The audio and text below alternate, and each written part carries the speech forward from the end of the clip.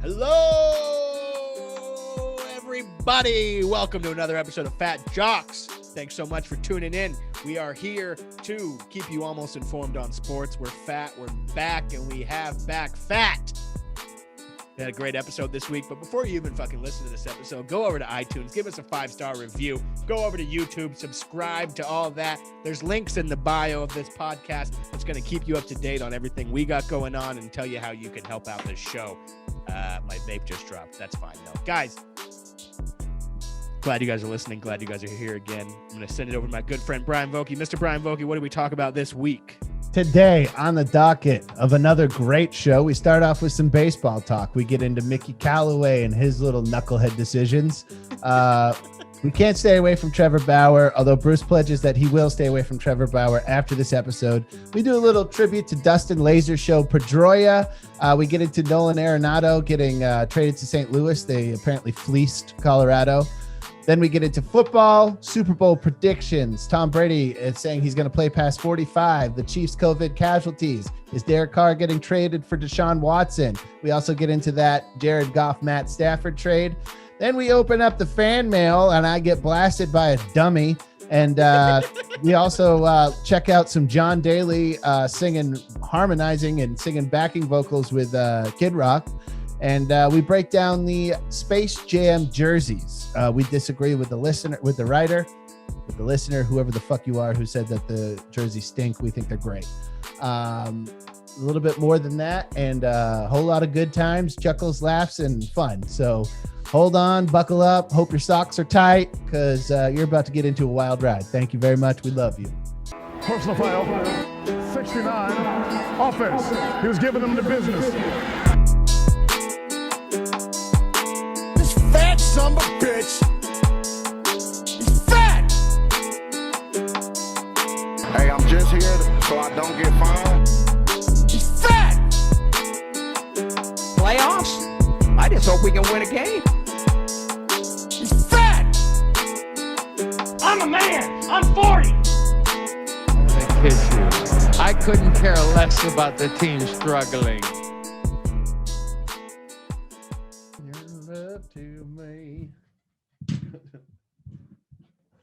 West Virginia down to Tennessee. What did you say? I'll be giving your love to me. Yeah, because I started singing a John Daly song, and then I found myself stuck in the register of that song. Oh, the classic George Strait, I've got nothing but I still love you song. It's either down to Tennessee. Every George Strait song, dude. It's either I love you, I've got nothing, and I'm gonna keep loving you, or I've got nothing and you don't love me anymore, but it's okay even though I got nothing. Or you don't love me anymore and you took everything. Yeah. Or you don't love me anymore, just keep it. I don't want the shit. Yeah, he's kind of gone through every stage of like getting to zero. Grieving. Yeah. Every grieving stage of like, well, she took everything. Who gives a fuck? She took everything. I still love her. She took everything, but I hate her and I do want that stuff back. Yeah. He's very much a Buddhist. Like all his music is like just about having nothing but a saddle and a state of mind. Yeah, all he's got is this beat up leather bag, dude. All I've got, and that's the best lyric. All I got is this beat up leather bag. Everything I own don't take up half. So he's got a half empty bag, but it's got all his shit. Hey, welcome to Fat Jocks, everybody. If you guys want to listen to the different podcast where me and Bryan break down George Strait, that's for another time. We are starting a George Strait podcast where we will listen to and break down all 50 of his number one hits. Yeah. Dude, George Strait is a pretty private guy. Dude, did you see Garth at the inauguration though? Yeah, I gotta close my window. I'm sorry. All right, dude. There's an airplane. Sorry about that. I did not.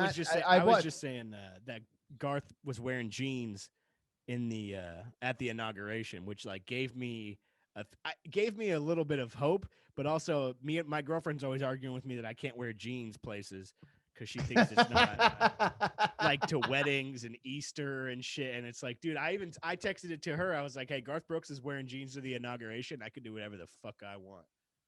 Yeah, that's maybe if you sell out Notre Dame football stadium, you could start wearing jeans wherever the fuck you want, dude. That was a problem in Athens, Georgia.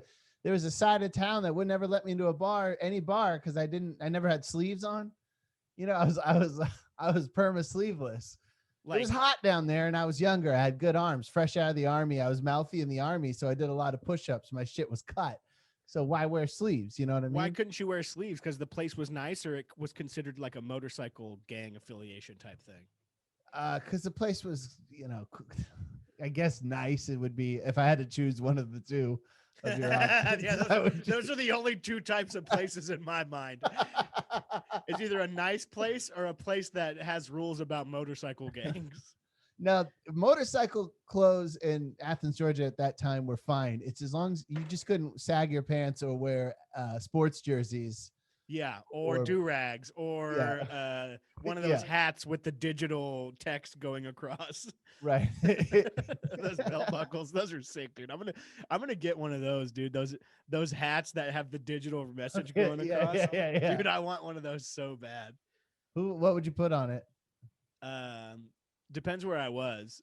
Most of the time I would. Oh yeah, it would change. It would evolve. Yeah, of course. I would check it wherever. Like if I went to a baseball game, it would say like "Go Dodgers," or if I was if I was walking around town, it'd be like, "Check out my podcast."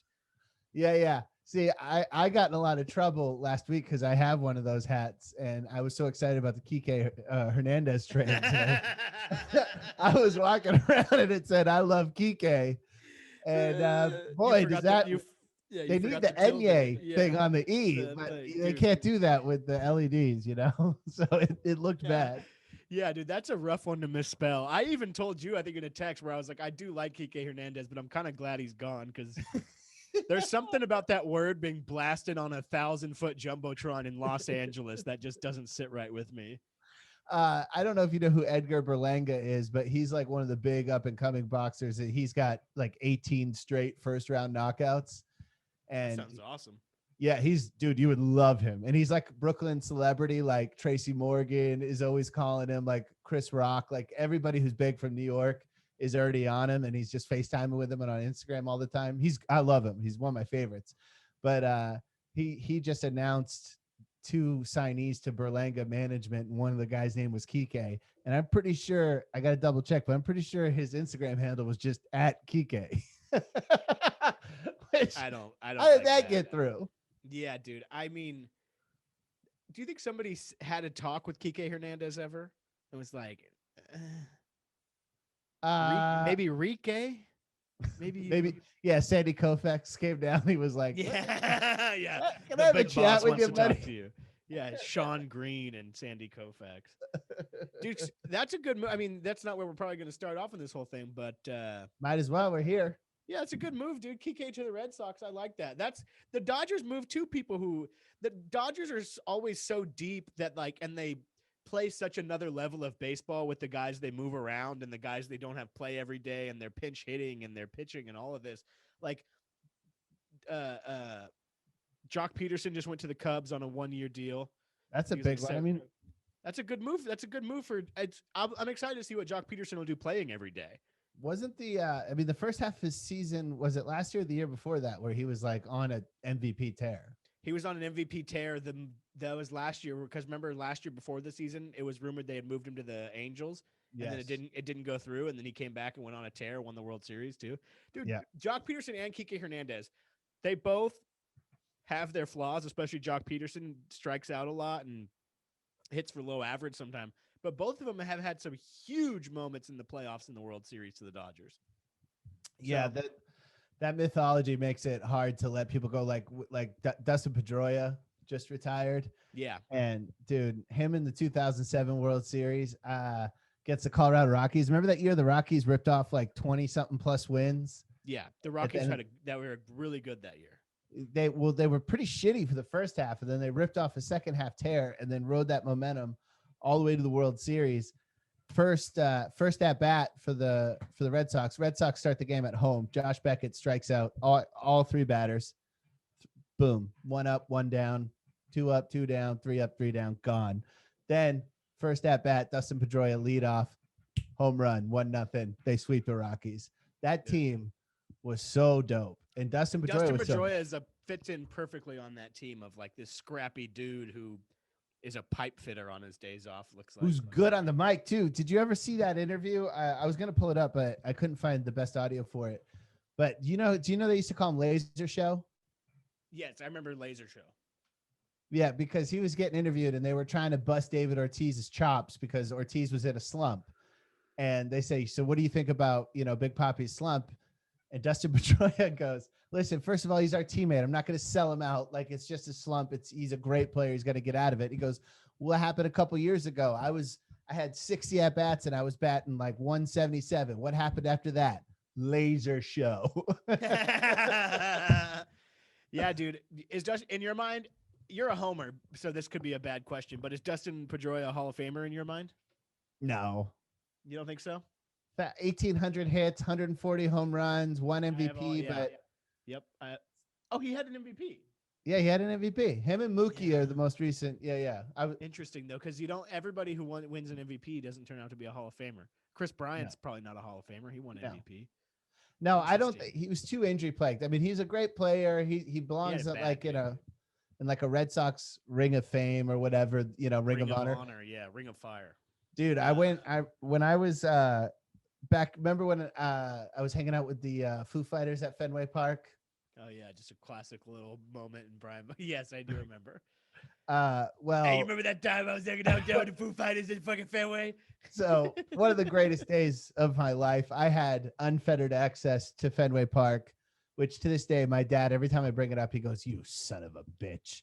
So pissed that he's never been able to do that. I threw pitches in the bullpen. I threw pitches in the indoor warm-up spot. Yeah, that is pretty crazy because me and you did a tour of the Diamondback Stadium, but we didn't have you had just like an all-access pass, and that meant you could just do whatever. Yeah, and the all-access pass was I have it somewhere. I don't have time to go get it, but the pass said all access, and it had a really old Red Sox on it. I want to say it was like something Hoover, like a guy from like the Ken Burns, like 1920 doc on there. But then I got to go into the Green Monster. This is going to come back to Pedroia in a second, but I was in the Green Monster. I was writing Jeter sucks, or Jeter still sucks. And he had already retired. Jeter has AIDS.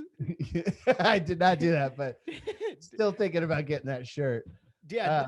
Wait. So yeah, sorry, just quickly. That was the Jeter has AIDS was just a shirt people were selling outside of Fenway. Yeah. To tell you how much the culture has changed and how the times have changed. When I found out about the Jeter has AIDS shirts, the journalist who was reporting about it was portraying them as entrepreneurial college kids with a bright future ahead of them because they were hustlers. Yeah. So it was like it's been like scrubbed off the internet. I've tried to find it because I've been talking about it since I found out about it. But in those years, in the 04, 05 years and 03, when Boone hit the home run to knock the Red Sox out, and then they came back, when the rivalry was real intense again, there were some kids selling Jeter has AIDS shirts, and they were sold the fuck out like immediately. Yeah. And if anybody listening has a Jeter has AIDS shirt, they could send over my dude Bryan's way. Hit me up, dude. Seriously, I mean, obviously I could make one, but I'd prefer to have theirs. I feel like the J might have been the sock. I'm not sure, but maybe that's good. I'm not sure, but so I'm in the bullpen of Fenway Park. I mean, I'm in the Green Monster rather, and I'm writing Jeter still sucks or whatever right next to where Tom Petty signed it. Wow. And dude, so not only did you have all access, you had access to graffiti. Dude. You were able to do whatever you wanted to a point where that they were like, "How about you graffiti on the stadium?" This is a true story. My father saw my signature on the pesky pole on TV. The Jeter still sucks. No, I just wrote like Brian Vokey. I don't know. I don't remember. I was too amped up. I think I wrote something stupid. Like you wrote something nice. You're like, "Love the Sox," instead of like Jeter has AIDS. Yeah, that's more of a behind the scenes graffiti. But I guess they were showing a Red Sox game and they were like pesky pole, and they started from the field and they zoomed up the pole, and because no player has graffitied it, but that's where I was. I was in the outfield when I wrote on it, so I had lower access than everybody else. So I don't know if it's changed, but at that time I had the lowest signature on pesky pole. So when they showed it on the camera, my dad calls me, he goes, "Did you sign pesky pole?" And I was like, "I just saw it on ESPN." That's my boy graffitiing. I That's know, my son's graffiti. real Homer Bart moment. But the best thing though is they got like kids who run the scoreboard. They have like 13, 14-year-old kids. That's like a summer thing for them. And they switch out the scoreboard. And they had the kid in there because they were making the scoreboard say Foo Fighters and 7 7. I think it was July 7th or something. So it was like saying 7 7 17 or whatever on the runs, errors, and all that shit. And so the kid was in there and he was like, it was like another era. He was listening to the Red Sox game on a little like a little radio, like a little box radio, because the Red Sox were on the road at that time. Yeah. So the Red Sox game was on the radio, and I'm sitting there writing "Jeter still sucks" next to Tom Petty, and then the kid goes, "JBJ just ripped a homer." The kid started running around and high five. He was like in heaven, dude. Like he was obsessed with the Sox. He was That the rocks, scoreboard dude. kid working in there. But anyway, so I go into the locker room because that's what they made the green room for the band, and in the home locker room or away locker room? home. Pretty That's a fancy fucking shit. royal treatment, dude. Yeah, dude. Big fucking Red Sox on the carpet. I got pictures of it. But the only picture in there hanging up, like they have some paintings on the wall that say like World Series champions, 03, 07, 13, 18. But I don't think, no, this was 2017, I think. I don't remember. But anyway, the only picture there, and this was after Trump was elected, was Dustin Pedroia shaking Obama's hand. And that was the only picture in the locker room. And it was like a shitty, like yellowed, like curling up at the edges picture. Yeah. But they won it in 18. So I don't think they had a chance, but they didn't go. I don't think they went to the White House. For Mr. Trump, I don't think they did either. I'm pretty sure they didn't. A lot of people didn't. He's like, I don't care. Fuck you, bitch. Who did he get, Burger King or McDonald's for? He did it like 3 times, but he did it for Clemson and a few other people. Right, Well, he did it the first time and people made a big stink about it, so he probably thought it was funny to do it more, which is just kind of classic shit. Dude, remember when we did that tour of the Diamondback Stadium, and then we'll go back into this in a second, where they kept like, which was awesome, probably the best $9 you could spend in Phoenix. But we just had it out that we paid for it. Oh, whatever. I always kind of made it look like, we had an in. What did that awful comedy club put us there? That fucking worst that comedy club that was so bad that we invited Ty Rivera to the show just to see him get into it with the club owner because we knew that they didn't like each other and we hated it. So we were having such a bad time that we invited. We were talking to Ty Rivera. He said that he's had beef with that club owner. We said, "Hey, how about you come by and do a spot?" Just to see him argue with that 500-pound guy.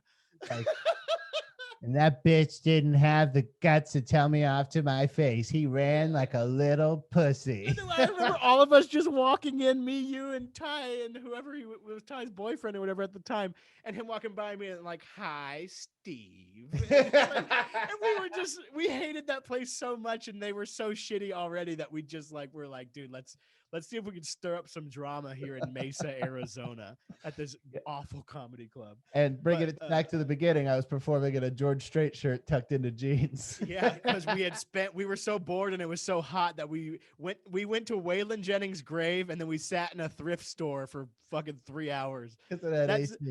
Dude, that video that I have of you in that, I had posted it a while back, but that video I have of you in that thrift store, just like, it's almost like you're not even blinking. You're just staring at nothing. And it's like, this is literally what comedy on the road is when you're not making a lot of money. We ate at Waffle House 3 times. We watched all of Hard Knocks. We went to Waylon Jennings' grave, and then we sat in that thrift store, and then we started we watched Arizona Cardinals Hard Knocks, which was Bruce Arians, who's now in the Super Bowl. He's dude, we'll get into that later. But Bruce Arians is Florida Andy Reid. If Andy Reid moved to Florida, dude, I was reading more about Dustin Pedroia today, and it's like I know a lot about him. Obviously, I love a scrappy little guy like that. There's always a good scrappy little dude like that in 5'9", 5'9", just scrappy, fucking hits it all over the place. He's kind of Jose Altuve-ish without the cheating. Maybe with 299 lifetime average. Yeah, dude. But so he played 9 games in the last 3 years. Because whenever I told you he retired, which we both agreed on, is they should have done it probably 3 years ago. But it sucks because I think he's had a lot of emotional shit, especially because he's kind of gone. where he's like, oh, I think I'm healthy enough to come back. I think I'm healthy enough to come back. Yeah. And then it's just setback. Played 9 games in the last 3 years. But before that, dude, he hit 318 in 2016, hit 293 in 2017. And in 2017, with that 293, apparently he was like injured the whole time. Because you know what happened to his knee, right? Yeah, it exploded, didn't it? He tore some shit up that kind of just kept down spiraling. But you know what it all stems from is from a Manny Machado dirty slide. Oh, the Manny Machado slide. So that, which I sounds like remember a that very well. strange dance move, but that kind of fucked him, and he played the rest of the season like with no anything. But He also had a broken wrist, if I he had a remember. broken wrist. He's gotten banged up, dude. But it's because he plays it. In my mind, he's a very old school style of baseball player. He hits it all over the park. He plays hard every play. He's a less dirty Chase Utley.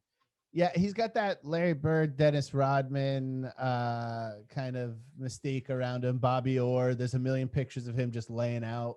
Yeah. Although he wouldn't have to sell out so hard if he was like 4 inches taller. But yeah. But he's got a chip on his shoulder. So he's a smaller guy, so he plays harder. But in December of 2020, he got like a partial knee replacement and could never run again.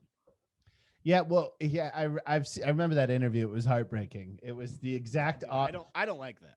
They did like a little mini doc on him, and it was the exact opposite of the Alex Smith one, where it had a horrible ending. Yeah.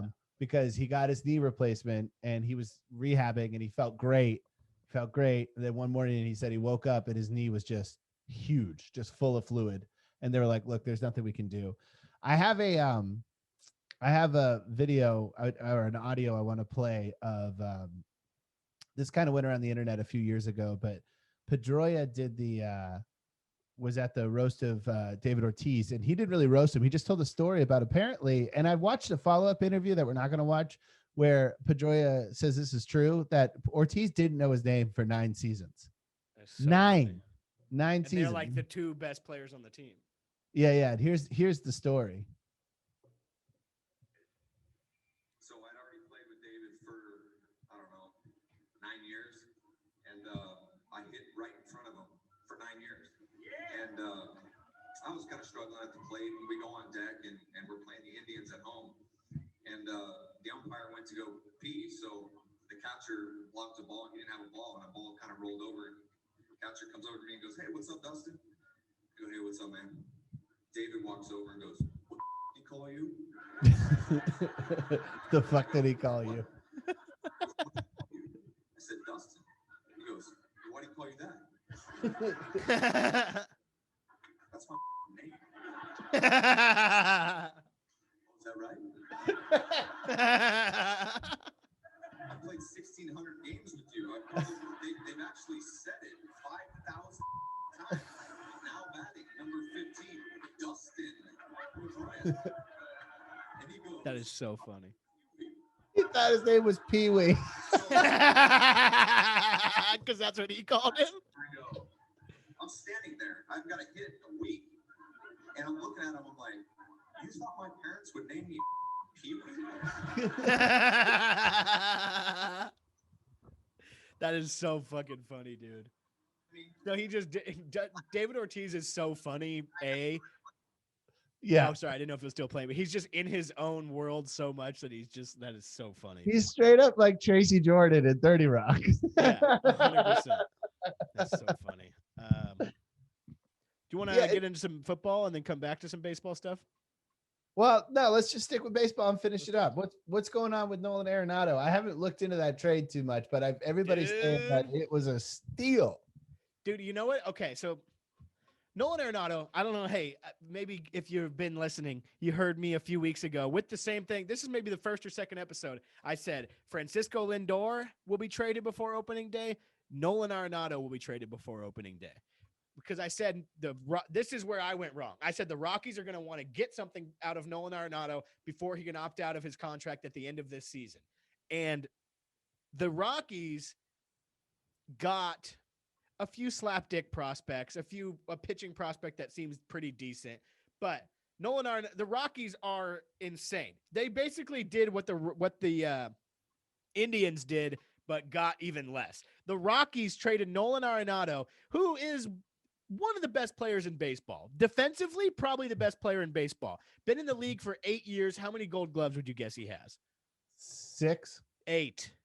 Damn. 8 gold gloves. He's a He's rookie the Gold best. Glover? Unbelievable, dude. He's leading MLB in RBIs over the last 8 years since he's been in the league, and I think also in hits. He's a fucking great player. Somebody like, and apparently the Rockies wouldn't trade him to the Dodgers. Apparently the Dodgers came a knocking, and the Rockies said no fucking way. Yeah. Well, So but then the they still gave him to the Cardinals. It's like he's still got to get out of the NL. Gave him to the Cardinals, which is a big dark horse. Apparently, before this Cardinals trade, nobody in the NL Central combined this offseason had spent like $4 million, which is fucking pathetic. So, dude, I mean, Nolan Arenado to the Cardinals for a few prospects, and the Rockies also gave the Cardinals $50 million cash. For That's what happens. Dude, honestly, you know what this trade reminds me of is that scene in The Waterboy where the coach comes over and the other guy's wearing high heels and he's like, "You're gonna give me that little playbook of yours," and he literally just takes it and then he's like, "I hate him, I hate him, I hate him," and he's stopping the high heel. Yeah, That's the first thing I thought of when I saw this trade, because I was like, this is so unfair. It almost seems like the Rockies got bullied into doing this by the Cardinals. Or the ego of the GM took over because Nolan Arenado had been taking shots at the GM. Yeah, and he fuck was him, like, dude. "Well, fuck you." Jeff Swindell. I can't think of his name off the top of my head, but fucking dude, the Rockies are such a cool team. I loved Todd Helton. I loved Larry Walker. I fucking loved Mike Hampton back in the day. Remember Mike Hampton? Yeah. Pitcher who smacked 14 homers, dude. I love Unreal. Tulo too.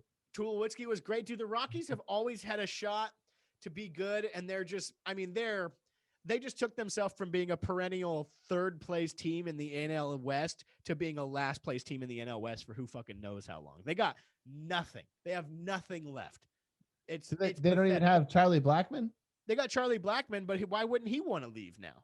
I mean, he absolutely wants to leave. Charlie Blackmon was the best hitters in baseball, and it's just fucking stupid, man. Charlie Blackmon. Charlie Blackmon, sorry, yeah. Yeah. Yeah, hey, man. He's a white man, but he's got the name of a. But dude, it's leading the league in RBIs and hits over the last 8 years. One of the best hitters. Now going into that Cardinals lineup with fucking Yadi Molina, Paul Goldschmidt, all that shit, man. It's fucking great. Yeah. No. Paul. I forgot about Paul Goldschmidt. He had remember that time at Dodger Stadium we saw Paul Goldschmidt hit a very rare Dodger Stadium upper deck home run. Yeah, that was insane. That is a rare feat to get that upper deck in left field to kind of you gotta curve right it over around the whose pole. head to put it all together. Right Jock over Peterson? PK Hernandez's head. Oh, you're Goldschmidt, right. PK. You Dude. see what I'm saying? Racism, brother. What's going on? You keep going to the computer here. Looks like you're hacking while you're doing this. Hold on one second. Okay, sorry. I didn't know if you could hear those beeps. Yeah, but it's fine. I just didn't. I was trying to get rid of them, and I have successfully gotten rid of them. They are Sick, done. dude. Okay, let's wrap up on baseball with Mike Callaway. Mickey Callaway, even worse. Mickey Callaway, dude, He I've sounds said like it some before. kind of. So his name sounds like some boxer you put in the ring when like Mike Tyson gets out of jail. They need a guy to get him ready for the next guy, and they throw in a guy named Mickey Callaway, and Tyson just knocks his jaw off. Got a big duty in your pants. So Mickey Callaway, this is big news, because so if you are living under a rock baseball wise and you don't know what's going on, the Mickey Callaway is the pitching coach of the Angels. He was the former Mets manager, where last year or the year before there was a lot of turmoil within the Mets system. They were supposed to be a good team, turned out bad. Had a lot of infighting in the clubhouse. It was a fucking mess. They kicked Mickey Callaway to the curb. Now they got their own thing going on. Mm-hmm. So he was with the Mets when all this shit goes on. And by the time this podcast comes out, he's going to be fired. It's not a question. He's already suspended by the Angels. And it's not even apparent. Okay. He was doing kind of the same thing Jared Porter was doing, where he's just being a creep. He's not being like, be my boyfriend tonight. He's just kind of all around a creepy guy. And if you look at the text messages, he sounds like he's a 14-year-old who's trying to fuck. Like he also apparently thrusted his crotch in a reporter's face. Dude, what is with that area? That area, the Jets, Brett Favre, the Mets, Jared Porter and Mickey Callaway. What's going on over there? Yeah, I don't know what's happened over there other than the fact that New York is, New York. So their reporters are going to be the top of the top as far as looks are concerned. Yeah, dude. And, I mean, this is the same thing I hillbillies- said. Same thing I said the other day. The Mets are the fucking Mets, dude. I said Yeah, it for dude. the Jared Porter thing. I said it for the Jared Porter thing. Carlos Beltran, Jared Porter, Mickey Callaway. It does not stop, dude. Well, I mean, also you can say Cohen with the hedge fund shit. You know what I Yeah, mean? see, know I you don't haven't wanna gotten throw too much Cohen into in- that, but apparently he's losing some money on that deal. Yeah, he I'm not- lost. Well, yeah, he's one of the hedge fund he's a part of a group one that of the people who shorted the GameStop stock. exactly. He was a part Yeah, of the but he's. shit. I mean, he's not fucking. I know you he's- love him, but listen, I like the it's guy. not a good look though when you got your owner has to take a break from Twitter because he's wrapped up in a scandal for looking like a billionaire robber baron. Your GM is fired because he's sending his dick to reporters. Your former manager is suspended. The only reason he's not fired is because California has labor laws where if you dispute your firing, they have to investigate you. That's the only reason he's not fired. He denied it. Yeah, I read about that. So he denied it, meaning that well, you can't deny it when the texts are there, pal. Like, And what do you, also, apparently, it's 5 different women. And another thing 5 is, different women. One apparently, he came with Could a you warning. imagine 5 different men, 5 women, and 1 man. He came with a warning. There are other that was part of the story is that reporters were like, "Hey, don't get too close to Mickey Callaway. He's gonna be a fucking Yeah, apparently he would just like do some unnecessary touching of people and rubbing on shoulders and the kind of way these creepy open mic comics sometimes do. And always. Oh, those guys are slimy. yeah, they're like I have a lot of hot girls who are my best friends. You fucking creeps. Yeah, I know. So Mickey Callaway, end of the day, he's a fucking creep. This is good news though for the Angels. Shockingly, this is because of one Trevor Bauer. Trevor Bauer, the reason I said he's not going to the Angels, him and Mickey Callaway have a history from when Mickey Callaway was the pitching coach in Cleveland, and they never got along, never saw eye to eye, and that's why I've been ruling the Angels out. So in this scenario now, I'm bringing the Angels back into the Trevor Bauer thing. And you know what? I got to stop getting so worked up about Trevor Bauer not signing yet. What's up? You're going to bring in the Tokyo Giants into this Dude, soon. It's possible. I brought in a Japanese league team in the Bryce Harper thing, dude. When Bryce Harper, nobody knew where he was going. I told you that, dude. I was like, I read some shit and it started making sense that Bryce Harper might say, fuck the bullshit, go play in Japan or Korea for a year, just be the best there's ever been, come back even hotter than ever, dude. But Trevor Bauer, I got to stop freaking out about Trevor Bauer. I love the drama, but Trevor Bauer, I don't think he signs till end of February, maybe even March, because Bryce Harper, I've been kind of reading into this about when Bryce Harper signed with the Phillies. The Phillies were already in spring training then. That was February 28th. Right. Bryce Harper didn't sign till. So Trevor Bauer's not signing anytime soon.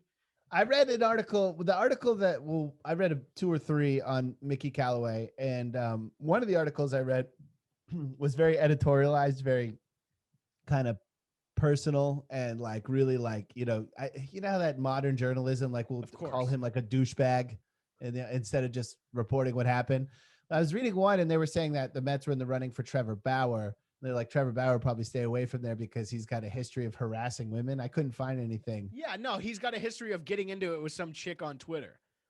Oh, okay. See, I didn't even know what that was a reference to, but I was like, because all I did was I hopped on his Wikipedia and I was like, sure, I saw maybe he carved George Bush did 9/11 into the pitching mound, and I found a few other wacky things that he's done. I remember that. I forgot about that, but now I remember that. He wrote like GBD 9/11 or something into the mound, dude. Yeah, buddy. But they were saying, so I was like, before, now that you tell me it was a Twitter exchange, this is irrelevant, but I thought like, well, maybe he won't go near the Angels or any organization that's wrapped up in any kind of scandal if he's got harassment issues. But no, a Twitter beef is not going to keep him away from Anaheim. No. People are talking though, dude, and by people I mean the Dodgers Nation YouTube show is saying that Trevor's just waiting for the Dodgers to come knocking, dude, and he's gonna. No, Trevor Bauer, dude, I'm done speculating. All I know is Trevor Bauer's going somewhere 2 to 4 years, $35 million a year. He's not going nothing long. 4 years is going to be the longest. He's going $35 a year. $35 million a year. He's Hell, not gonna that's a tou- deal. Yeah, I know. He's not going to touch that.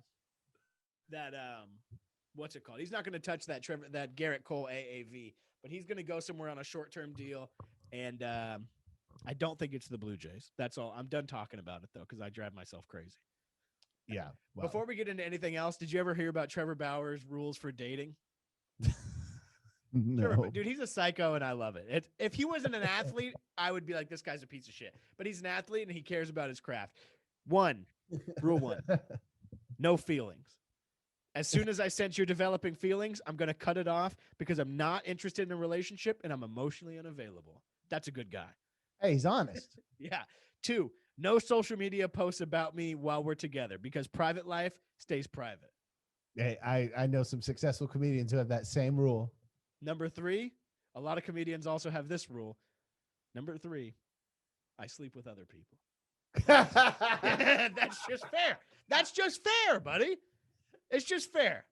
He's coming out and he's telling you, look, no feelings, no social media posts, and I love to fuck, buddy. That's what he's saying. What he's saying, okay? Oh, Lord. Now, that's is the it 3 parentheses? Is that both ways, you think, with him? Yeah, he's an Fuck athlete. no, dude. You don't think so? No way, dude. Trevor Bauer needs something waiting for him at all times, bro. Trevor Bauer's going to pitch every 4th day and fuck every 3rd. I sleep with other people. Hey, man, like, what can you say about somebody if they're just right out the gate? They're like, hey, these are the rules. Grip it, rip it. Here I am. Yeah, and he's like, hey, check this out, and throws a fucking 99-mile-an-hour 2-seamer. Watch this drive. All right, dude. What else? What do we got? Let's. You want to move into some NFL trade here? Well, before we get into the trades, we can get into the Chiefs COVID. So DeMarcus Robinson and Daniel Kilgore, starting center and number 3 receiver right now because Sammy Watkins is hurt. They're both right now not playing because of COVID. They could get in if they test negative because they didn't test positive for COVID. What they did was they got their hair cut by a barber who tested positive. Damn, and see, if man, you look, it's like, God damn it, dude.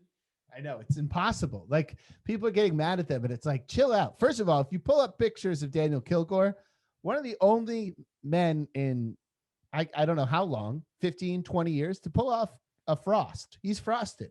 He's got frosted tips and it doesn't look bad. I'm not lying. Daniel Kilgore, he's got a brown blonde thing going on. He's got good hair. He's got to keep it up. You can't have frosted tips that look disheveled. DeMarcus Robinson has like the weekend hair. It's like, it's a sculpture. It's like at a perfect weighted angle with like a counterbalance thread. Okay, this Kilgore hair sucks. It depends on which picture you're looking, because I agree. I went through what jersey is he wearing? White 67 on the other side of Mahomes. No. That's not it. I pulled up a headshot of his. He's wearing a red Chiefs jersey. It's more recent. Maybe Mahomes got him into a good barber. He looks like Stan, bro. Stan, the Eminem South one. Park? Oh. No, Stan. This is the last time I ever write your ass.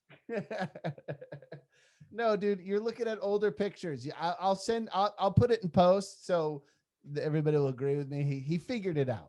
All right. Also, Kilgore, if you're listening, I'm sorry about the whole hair thing. I hope you get better, but I'd love you to have you on the pod. Look at DeMarcus Robinson. He's got a little sculpture going on his hair, so he needs to keep that tight too. Because, when you got that like raggedy dreads going in every direction, it needs to be perfect or you'll look, essentially. Oh, his hair does look cool. Yeah. Yeah, So I understand what you're saying. It just sucks there. It's like they were trying to look sharp for the media day, but it just seems like that if you're if you know that you have to stay healthy for this game. Like if I was in the Super Bowl, I would have just come into one room and just watched film and just stayed to myself the entire time and done everything I can to not get COVID. But do you want to become a meme? You know what I mean? Like, especially, if Kilgore's roots are showing, it's over. It's over. Yeah, that makes sense. But also, when I saw Daniel Kilgore center, I was like, what is a white guy? It's not like he needs a lineup. Just shave it in the bathroom. He needs a haircut every 3 days. Yeah, just pull some fucking clippers out. But anyway, they most likely will play, but if they don't, that's gonna be a huge deal. Losing your center is a big fucking deal. Yeah. But right now, who do you have for the Super Bowl if you had to put money down? Dude, it's so tough. You obviously want to bet on the Chiefs, but I feel like you just can't discount Tom Brady ever. But I got to go Chiefs just because the Bucks, I think the Packers lost that game. Yes, I More agree. than the Chiefs won that game. And I'm not trying to The make Bucks, you feel you mean. better because I don't want you to break your bed after this game, after this podcast. But I just My think lady's out of town. The bed's not getting broke. the bed's already broke. It's not broke. It just has a hole cut into it with a bunch of fucking conditioner squirted inside. A Ziploc bag with Vaseline. This I break the bed. This feels just like pussy, I think. Yeah, I think it's the Chiefs. I think you got to say the Chiefs.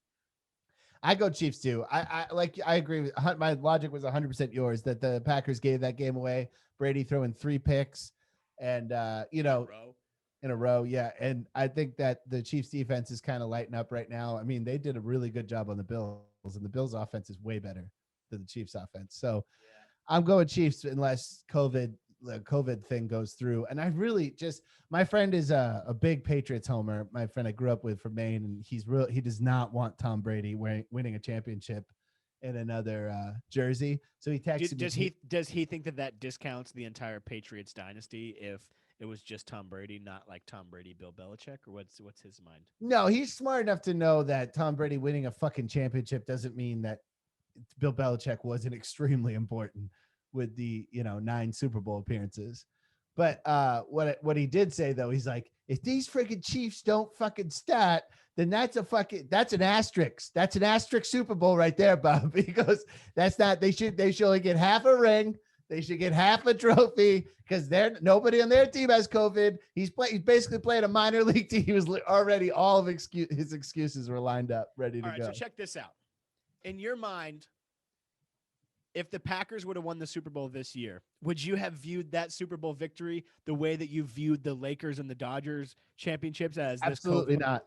This COVID shit. Yeah, bro, I'm like so stoked about the Dodgers, and Brian's like, dude, who cares? This COVID bullshit. And the same thing with the Lakers, and he's like, dude, this fucking COVID season, who really gives a fuck? But I thought about that today. I was like, dude, if the Packers won their Super Bowl, Brian would be like, this is the best team we've ever seen, bub. Very different. Only the Ravens and the Broncos and maybe the Steelers got screwed with COVID, and it was only for 1 week. Other than that, the NFL pretty much, I don't know. I think we're going to find out they did a lot of shady shit. I think we're going to find out they overlooked a lot of stuff the way they kind of have always to keep the best product on the field. But for some reason, it wasn't like the NBA where there was all these suspensions. It was in all these suspended games and postponed games. It was 16 games. There was no shortened season. And football is just too brutal to be dialed in, to be phoned in or whatever. So no, I think this was 100% a natural season. It was just quieter. But I still feel like the Dodgers and the Lakers bullshit. You won in the bubble. You won in a bubble. Dude, that doesn't. You didn't have. You know what I mean? Bubble, buddy. Dude, did you see the difference? Anyway, okay, go ahead. The Stafford for Goff thing is very interesting. It's very interesting to see 2 franchise quarterbacks get traded for each other. Yeah, I know. Jared Goff. I feel bad for Jared. He has to go play with God. fucking He has to Mike go to Lindell or whoever the Detroit. hell is Imagine, coaching. dude, you were in the Super Bowl, what, a year and a half ago? 2 2 years years ago, ago? Dude, and it's one day you wake up and you're going to Detroit. It's like your parents sending you to fucking military school, dog. I know. What Except a for nightmare. imagine if military school was completely disorganized and had no Oh my schedule, God. had no plan. What like if you're Goff, you're done. You're just gonna go there and you're gonna throw the ball 60 times a game for the rest of your career. Yeah, you're gonna break every one of your fucking ribs. You're gonna be destroyed. Dude, I would have a mental fucking break if I was him, dog. Yeah, you have a fucking animal coaching you. You go from Sean McVay, who's one of the brightest. He's only 34 years old. He's already been to a Super Bowl. He won a playoff game this year. He's a brilliant coach. You leave the best defense in football, and then you go work for a fucking meathead idiot coach with a horrible team that hasn't done dick in a fucking long time. That's where I kind of come in here. Also, it's pretty interesting. I'll get to some few things before that. Just some shit I heard or read. First time that 2 number 1 overall picks have ever been traded for each other. Is that true? Yeah. Oh, wow. Really crazy. Also, I don't know if you heard this. Apparently, LA, which who knew that they were fucking knocking on so many doors? Apparently, they went and knocked on the door of fucking Aaron Lambeau Rodgers? Field. Do you hear about this? About Aaron Rodgers? They went straight for the big tuna and came up empty. Yeah. No, Brian, again, just like you're talking about Aaron Rodgers, right? Yeah. Yeah. Again, the sports media has completely twisted the Aaron Rodgers narrative. I don't understand what the media is seeing or listening or hearing when Aaron Rodgers and his, front office speaks, because I can't say his fucking name. Gutenkunst, the fucking GM, and Aaron Rodgers and Matt LaFleur have all said that they look forward to Aaron Rodgers coming back for many more seasons, and he's our leader. There's been zero talk about Aaron Rodgers leaving Green Bay. And then as soon as any of them say anything reassuring about Aaron staying, the next day, Stephen A. Smith, Sterling Sharp, or Shannon Sharp, and Skip Bayless and Colin Cowherd, they're all running with the exact opposite narrative. They're all saying he's leaving. They're all saying he hates the front office. Also, that tells you how stupid of a team the Tampa Bay Buccaneers are and how nobody cares about the Bucs or Chiefs, because the Super Bowl is happening and still we're a week before the Super Bowl and still more people are talking about Aaron Rodgers and the Green Bay Packers than they are talking about this dumb little game they're going to play that I'm not even going to fucking watch. Are you not watching? No, I'm not watching. I might watch. Hey, 1 sec. Yeah, Aaron Rodgers is not going anywhere.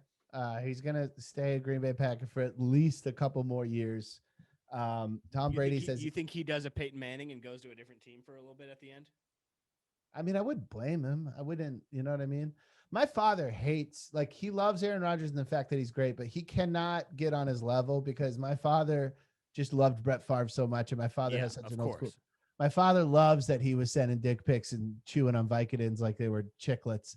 He like... Yeah, your dad's like, Dad, this dude just like me can't remember how to get home. Yeah, he's a fucking man. He's a man. He's out there. He's a gunslinger. And there is no level of football. There's like no, what's the word I'm thinking of? There's no phase of the game that Aaron Rodgers is not better than Brett Favre. Aaron Rodgers can throw it further. Aaron Rodgers is more accurate. No Aaron way, Rodgers dude, but is he as fun to watch? I think he is. No way. He's too calculated, dude. Aaron Rodgers isn't a gunslinger like Brett Favre. Aaron Rodgers is a very calculated guy where Brett Favre doesn't even know what a fucking nickel defense is. I don't understand. Like, just because he shoots with a scope doesn't mean he's not a fucking gunslinger. It's just it's not called gunslinging when you drop it on a dime, but he still throws deep fucking ball. The man has successfully completed more Hail Marys than any other quarterback in football history. The guy almost hit the fucking roof of the Silverdome or Ford Field, whatever the fuck they call it. The guy has the strongest arm besides maybe, I don't know, Baker Mayfield completed the longest or threw the longest ball in NFL history. So maybe he's got the strongest arm. I don't know. Yeah, but that reeks of desperation so bad. Yeah. It's like when the Raiders used to have Janikowski going for 70-yard field goals. Right. And it's also like Baker, you wouldn't have had the longest throw in NFL history if you had kept it in play. You threw it like 19 yards past the goal line because, whatever.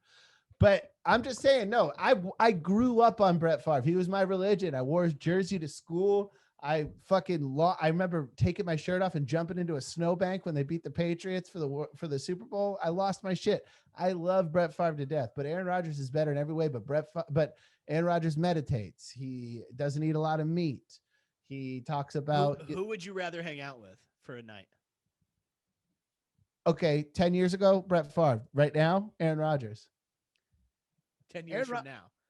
Do you remember when Aaron Rodgers is at the Hollywood Improv? I do. I was so pissed that I couldn't get to him. I think I was there. I didn't have as much pull there then as I do now. Well, I don't know. I was is it still there?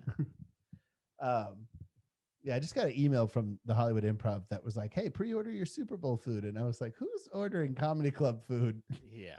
Yeah, Flappers tried to do that shit, dude. Flappers at the beginning of the quarantine was selling rolls of quarters for $10.25. What a fucking nightmare. You're making a quarter off a roll of fucking quarters? What are you talking about? Wait, that's real? I swear, dude. It was a fucking night. They were also So doing like this it's thing. Armageddon. Load them up in a sock and beat somebody and steal their house. Dude, you could order that shitty pizza to your house and they would send a terrible comedian to do an hour for you and less than 10 of your friends at the beginning of this bullshit. Rotten hell. You think Stafford's got it in him? Yes, Really? I do. I think he does have it 3 in him. playoff games, no wins, never done dog dick in the playoffs. I No mean, experience in the playoffs.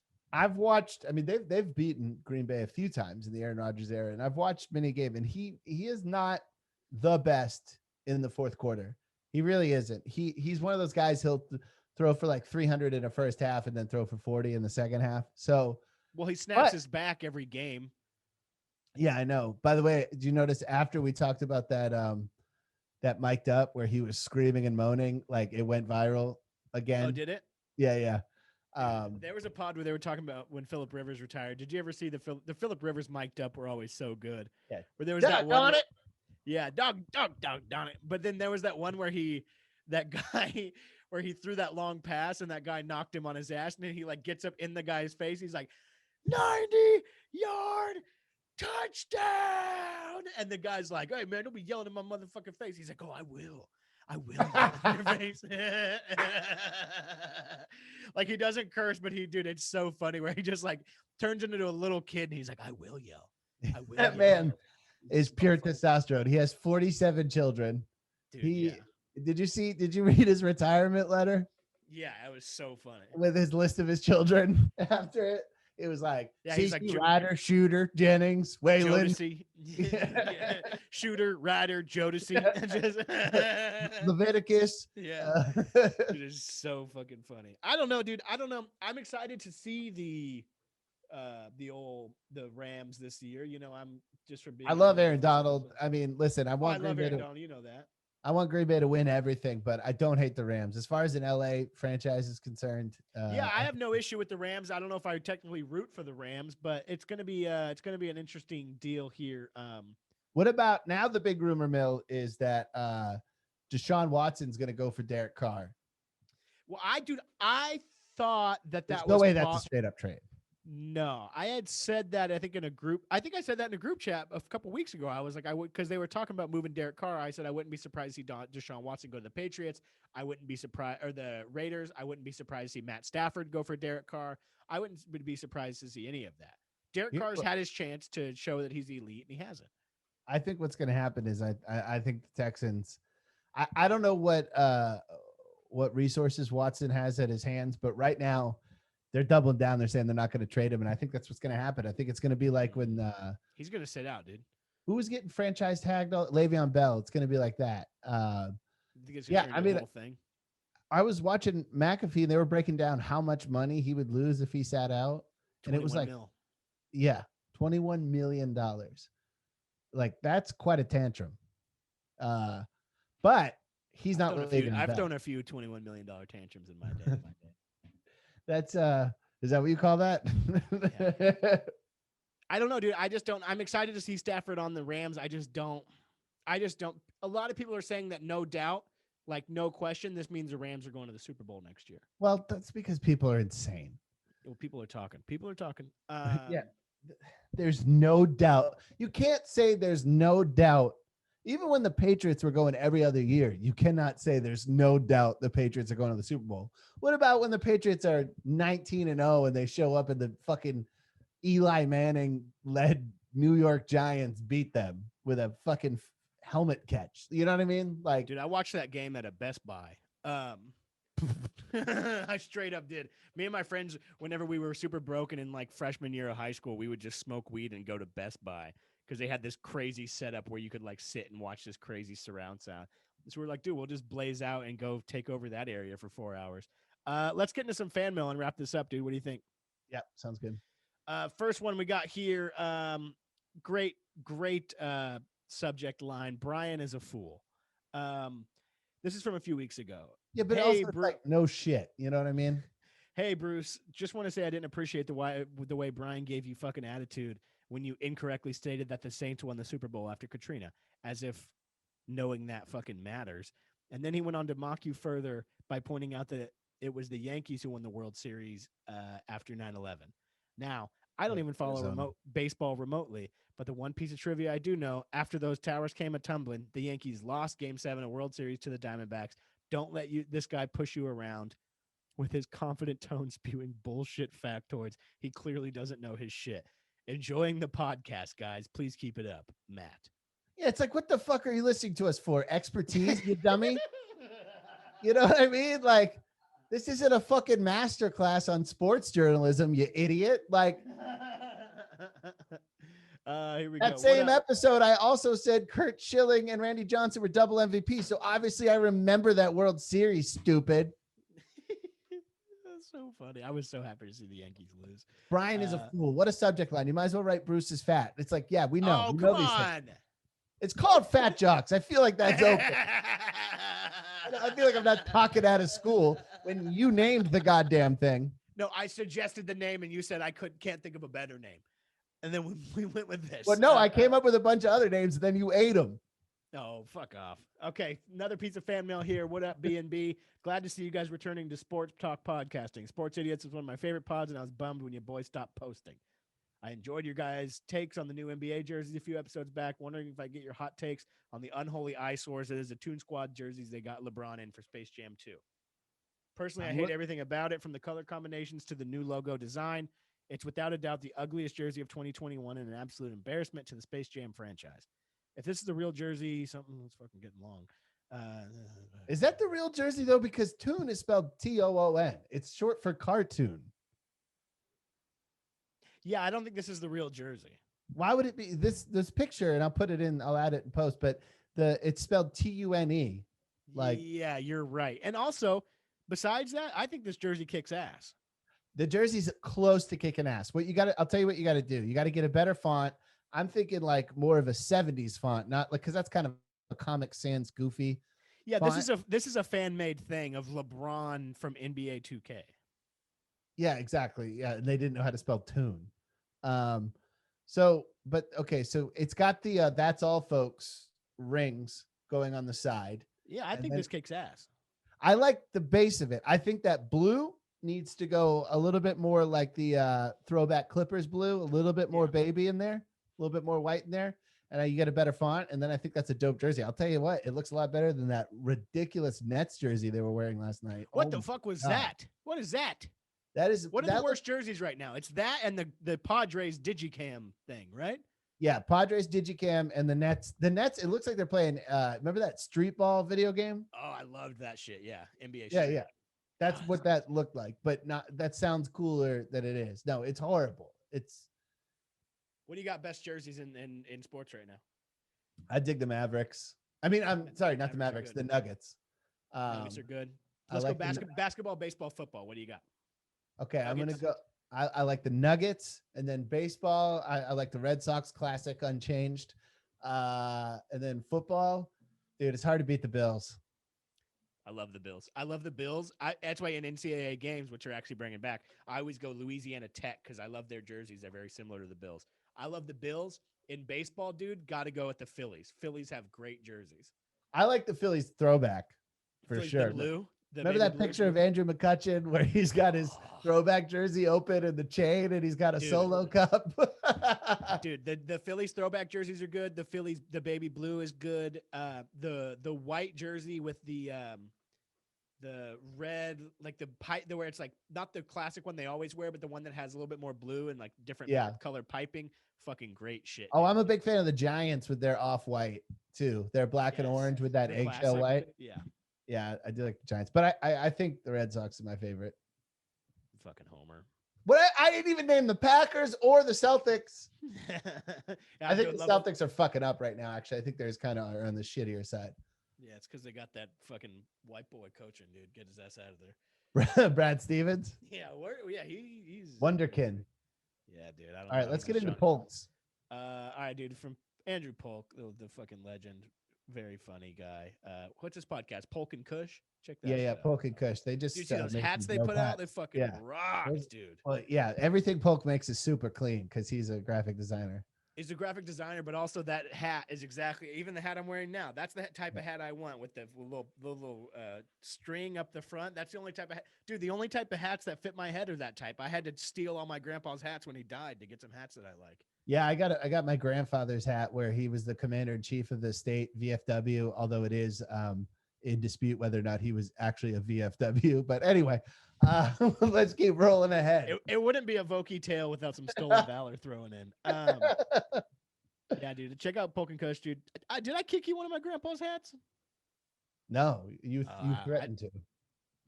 Threatened to give you one of my grandpa's hats. And then he fucking took it right out from under my hands. I threatened to give you one, or I offered you one, and I said, no way, I got to take this back.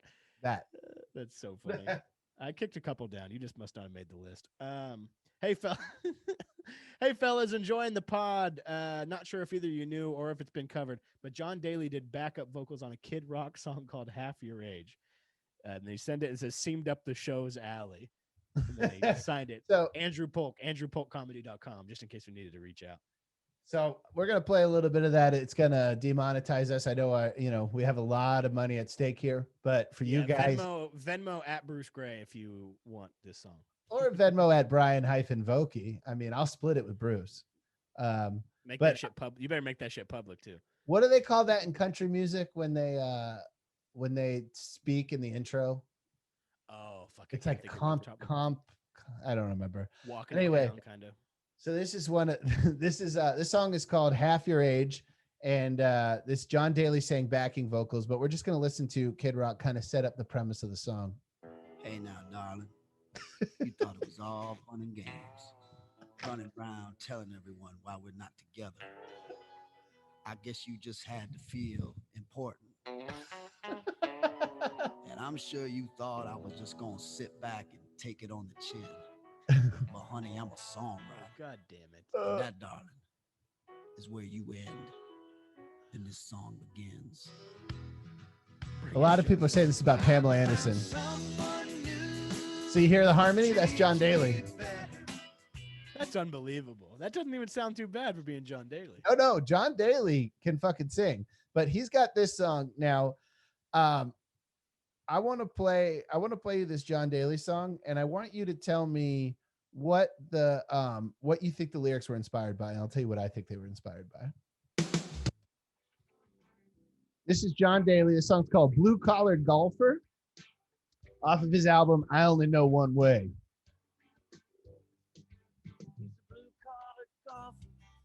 From a blue collar town. Where else would a blue collar guy be from? Doesn't know what he's found. People say, boy, Bull. this town. Unreal. Gonna make it big, make it big someday. He's not a dreamer. Okay, that should have been a chorus right there. But yeah, what I think this song is him just singing the plot of Tin Cup. I'm pretty sure. Dude, I can't even think what it's about. All I can think about is how many fucking Millers he had that day. If you go watch 35 to 40. If you go watch a couple John Daly videos where there's a few of those like kind of videos where they do the Hunter S. Thompson thing with him. They kind of takes him through his day, and I love that, dude.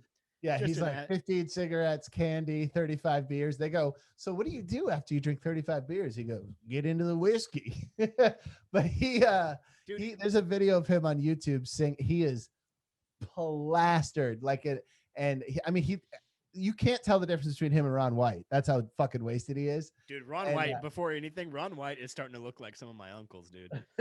Ron White is looking like everybody's uncle. He looks like he's in Red Dead Redemption 2 right now, dude. Yeah, he looks like a stand-in for True Grit. Yeah, dude, literally, yeah. He is not looking so hot. Yeah, so there's a video of Kid Rock and John Daly singing My Girl, and John Daly is vibing hard. Like, he is really grooving, but he clearly doesn't know the words, so he's singing the words like a half a second or a second after Kid Rock sings them. And but I'll tell you what, dude, he's a real singer, because he comes off. They had to help him onto the stage. He was too wasted, and he gets there. And then when they put the microphone in his hand and he hits My Girl, ooh, it is buttery smooth. Damn, dude, Kid. You know what's crazy is how good of an acting job Kid Rock did in Joe Dirt. Yeah, he did a great job. He crushed. But also, what I was thinking, Remember that time me and you, we were on our way to a show. I don't even remember if I was on the show or not, but I think I might have just been tagging along with you. And we kept listening to Picture by Sheryl Crow. And We were Kid going to Rock. do a duet at a comedy festival. Yeah, we were. But then remember, there was another time when we were driving in LA and we were listening to that. And we kept singing that part over and over where he goes, I was off to drink your way. And we kept just like doing different versions of for 3 damn days. Yeah, for 3 damn days. And we did that for like 35 minutes on the way to the show, to the point where we were walking up to the show. I lost my voice. Both of us were like, dude, I don't, like legitimately, like we're on the verge of losing our voice because we were laughing so hard for 45 minutes. And We just did going, Linkin Park too. Oh yeah, we did Linkin. We just kept doing that like harsh vocal screaming for like 45 minutes in traffic. For 3 damn days. And just like we both got out of the car and we're like, I put your picture away. yeah, we literally, I just remember both of us getting out of the car and being like, Yeah. All right. Let's end it there. All right, guys. Thank you so much for listening. Appreciate you guys. You know, go do all the shit. iTunes, Spotify. Check out Worst Hour of the Week. Check out The Gray Area. Watch me on Twitch every Thursday at 8 p.m. Goodbye.